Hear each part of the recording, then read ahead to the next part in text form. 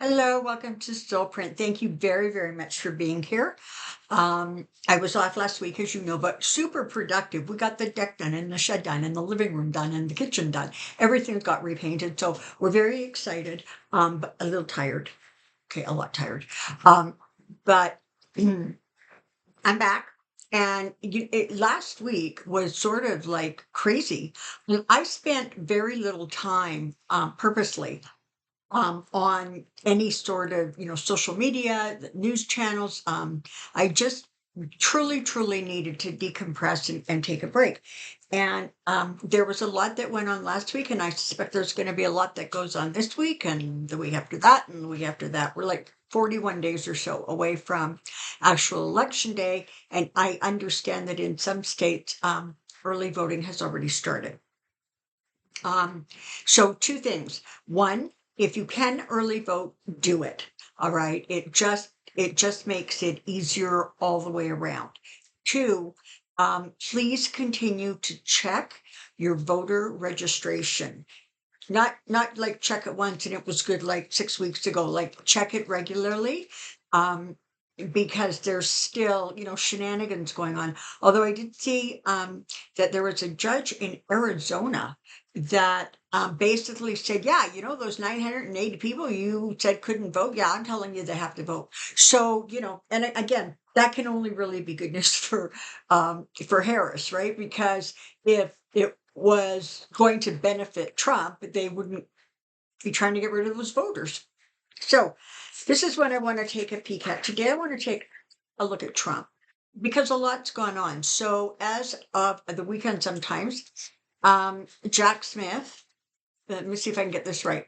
He filed a motion because he wanted to file a brief that then this would be to Judge Chutkin, that it's going to be very long, very big. It's like 180 pages or something, which I gather is just like unheard of. But about 90 of those pages they're saying are actually facts with proof. So there's going to be a lot coming out. Now today, you're going to be seeing this on Tuesday. So on Tuesday, Trump's lawyers have, I think, until it's like 5 o'clock to reply to this request to brief. Or this request to the motion. It's going, whatever they say is irrelevant. She's going to go ahead and let this thing go, like pass. And I gather that that's somehow going, some of it or part of it is going to get released on Thursday. So a lot of interesting stuff going on there. So I want to take a look at Trump and see how he's doing. It's been a difficult week for him. I mean, the polls aren't doing great for him. He got that Mark Robinson guy who's like, I'm not even sure what the words are for somebody like that.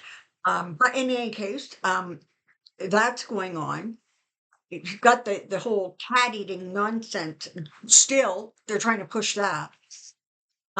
And so let's just take a look, see, and see how he's doing these days. Show me Trump.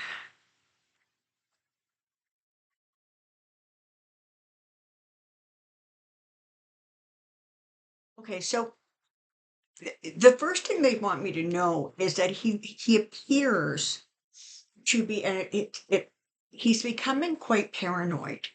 And I don't know how paranoid he was or wasn't before, but with that second assassination attempt, it's really put a hitch in his giddy up. In part because both times it was Republicans who were trying to sort of take him out. Um, and that is sending a message sort of to his like psyche, that he's not loved and that people are turning against him. And the polls are telling him that, and there's all kinds of stuff telling him that. But when people like turn against you to the point where they're trying to like shoot you, that's a whole different degree of no, I'm going to vote for somebody else, right? So he seems to really be struggling with being like outside I mean, he was on his golf course for the other one was at a rally. It was outside. So there seems to be some real hesitancy on his part in terms of even just being outside or being relaxed or comfortable outside. So he's trying to deal with that. He is energetically, he is like defeated in some ways. Whatever goes on in the next 40 days, the bluster, the talking, the craziness, the insanity, it's really just an attempt, I guess, to try to hold on to something that he recognizes he's already lost his grip on. He's more and more understanding that all he has is the base, and the base isn't enough to get him back in the White House. And he is understanding that if that doesn't happen, then he's got some real significant legal battles ahead of him. And it doesn't look good for him. I saw just a snippet of an interview that he did with I don't know who, but the question was, so if you lose this upcoming election, will you then run again in 2028? And he honestly was so defeated looking, and he just said, no, no, I don't believe I will. Um, and that's where you can really see that sort of drain of energy. He just doesn't have it anymore. And you know, for a lot of us, okay, I mean, a lot of my viewers are a little bit older. We can all remember kind of the first time that we went to do something and realized that we just couldn't do it, or we couldn't do it the same way, or our brain said, yeah, you can do it, and the body said, what the hell are you thinking? Right. So there's like that recognition that, you know what, I'm getting older, I'm slowing down, I'm not vibrant, whatever it is, right? Well, he's starting to recognize that because frankly the last 8 years he's been on sort of an adrenaline high.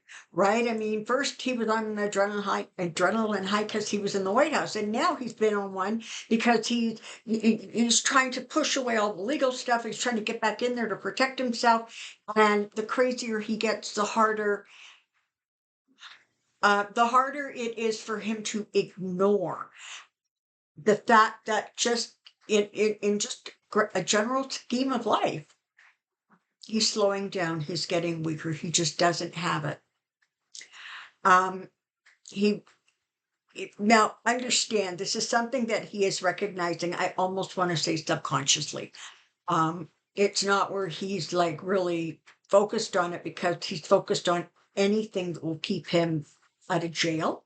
And he recognizes on some level he then has to, have the energy, et cetera, to win this election. But it feels very much like he's starting to recognize that, you know what, it may not happen for him. You're seeing more and more voters who have said, are saying things like, well, I didn't know who Harris was, but I'm impressed. She's very strong. She's very focused. She has a plan. We really like the fact that she's full of joy and she's happy and she's not trying to divide everybody in the country. He's not oblivious to that. He hears it. He knows what's being said. And he understands that really he only has he's a one-trick pony, right? He only has this divide and conquer sort of mentality and attitude, and it might have worked once, but it doesn't continue to work. It didn't work 4 years ago. It's certainly not going to work. You know, um, there is a lot of anger, and it's interesting because it's anger at those in his immediate circle. So what you're looking at is the people who said, no, go with JD Vance, it'll be great. No, do the debate, it'll be great. Because he realizes that didn't work so well for him. I mean, JD Vance is just a disaster. Um, and he forever is taking it even a step farther than the insanity that's coming out of Trump's mouth. And so he's not liking that. That he's getting pressured to do yet another debate, and he hasn't stopped smarting since the last one. I mean, his ass is still steaming over that one. And now he's getting pushed, and there are these like chicken billboards that are going up, basically saying, well, you're too chicken to debate again. And the Harris campaign is pushing this thing. No, we're ready to debate in beginning of October, or early October sometimes. So he's starting to feel a lot of pressure coming at him because he feels that he's been given the wrong advice. So let's remember this about the man, right? He doesn't take anybody's advice. He does everything exactly the way he wants to until it didn't work out, and then it is somebody else's problem. Somebody told him, somebody suggested, somebody said. We've listened to that forever, right? So he's now starting to look around and not feeling particularly secure with even the people in his closest circle. As of right now, it looks very much like the Harris campaign can say or do whatever they want. Trump, at this point, anyways, energetically, it does not look like he's going to go forward with another debate. He recognizes that he's up against somebody who is just faster and sharper and has a flair that he just doesn't have, and has a message that seems to be resonating more and more with people. So I personally wouldn't expect, based on this energy, for him to seriously, he might dangle it and yes, I will, or yes, I won't, or I don't know. But ultimately, I don't think he's going to walk into another debate, because at this point, he truly does see it as an absolute crap, where he can end up not looking strong, right? Because he acknowledges that there's things going on and he's looking weaker and weaker all the time, whether it was the debate or whether it was the things that JD Vance is saying, or the nonsense that he's spewing. So that seems to be the energy. So let's see. So we've got paranoid, we've got afraid, we have not trusting. And of course, that is always wrapped up with rage and anger, because that really is the foundation, if you will, of that emotional place that he's in, right? Is that what keeps it together, right? So the thing with this filing that that Smith is doing is it's very much at this point concerning him a lot. Again, he knows what he did. He knows what people around him were doing pertaining to J6. And to find out or to hear that there are like some 90 pages of basically proof or documentation backing up the statements of this 180-page document, he's one of the few people, aside from, the ones that are trying to get him, like, in jail, who actually knows everything that went on. And so he's got a fair bit of clarity about what's in those pages that other people do not have. And so that has really, really thrown him off his game. And frankly, he was already unbalanced. He's very, very scared. And I have to say, I'm just asking for them to show me, forward a couple of days. And even though some of what's presented publicly is going to be redacted, there's going to be enough stuff that isn't redacted, that is new information. And once again, it's going to focus the attention on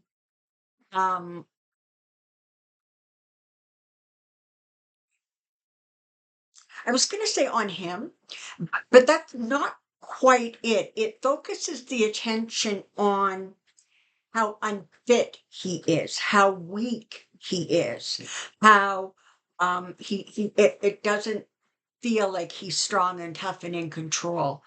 And that also is not only is it going to have an impact on him in the next couple of days, but as of like the end of this week and over the weekend and into the next, you're going to again see some significant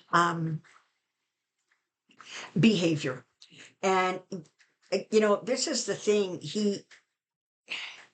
He's so caught up in this illusion or delusion that he's got going on because he has to continue to tell himself he's winning it, he's winning it. And even though there's that part of his brain that's going, looks a little dicey, buddy, he can't listen to that, right? He can only listen to the part that says you're winning, push, push, push, double down, triple down.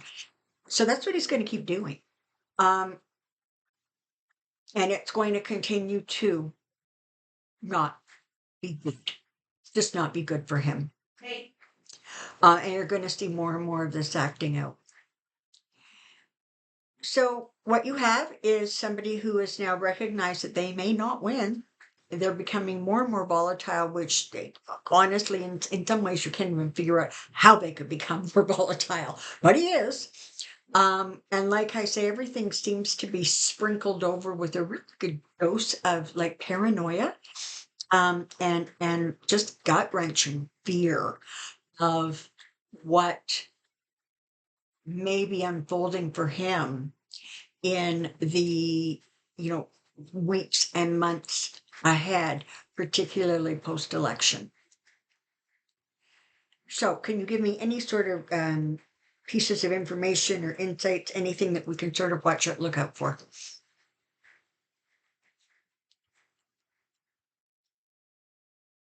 Okay, so don't be surprised if and if he hasn't already, because he might have, because again, I haven't been paying a lot of attention. But he's going to start blaming Vance for the whole pet eating nonsense. He tried to push on it and push back on it, and it didn't work for him. So um, I I think that you're going to see that.